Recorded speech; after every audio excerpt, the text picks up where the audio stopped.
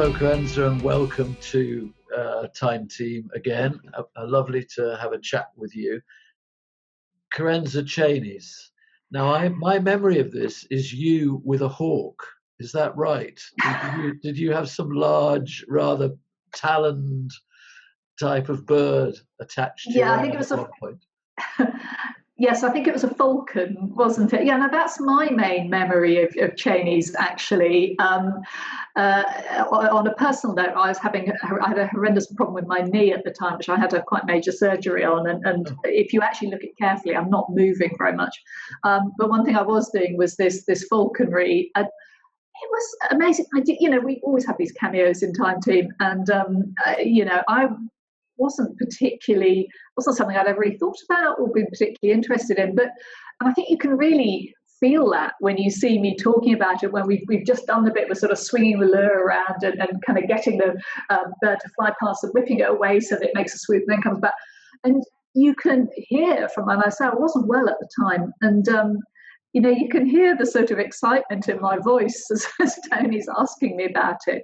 And it's funny thinking about it again, because, they're saying, well, I mean, one of the fun things about Chenies as a site for viewers to watch is it's kind of about Henry VIII and Queen Elizabeth I, big high-octane characters from history, and, where did they sleep, and, are the rooms they were in still here, or can we find trace of them?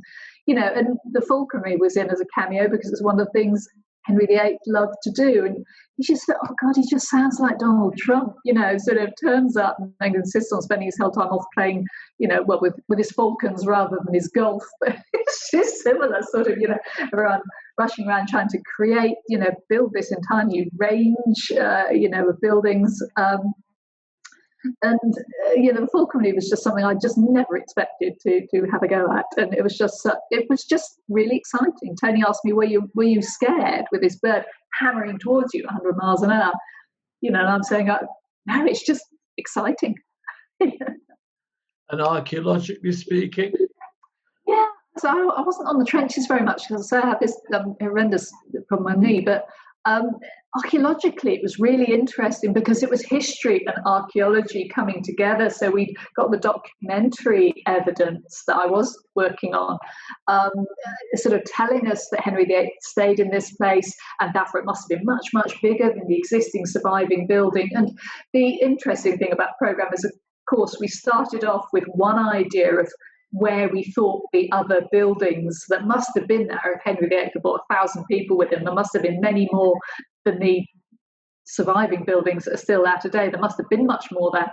But our ideas for where we thought those buildings were turned out to be completely wrong and completely flipped. I mean, it's the back to front manor, and that's pretty much how it turned out. And, it was a fun one because, of course, as Sod's Law would have it, of course, the place we needed to dig was where we parked all our service stuff, which people don't usually see in Time Team. They don't see the catering bus or the portable loos or, all of the stuff that we bring with us that are just to keep the show on the road.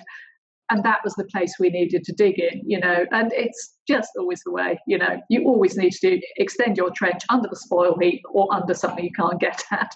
So Chenies was fun for that as well. And, we came up with, we found out where Henry VIII would have slept. And you could stand on that spot and think, 500 years ago, that's what would have been here. And it turns out that the existing building, of course, was where Queen Elizabeth had slept, which is, in many ways, she's a more interesting character. Wonderful. Carenza, thank you very much for that introduction to Chenies, the manor that was back to front, I think it was called. Yeah, something like that, yes, yeah. And it's lovely talking to you, fantastic insight, brilliant.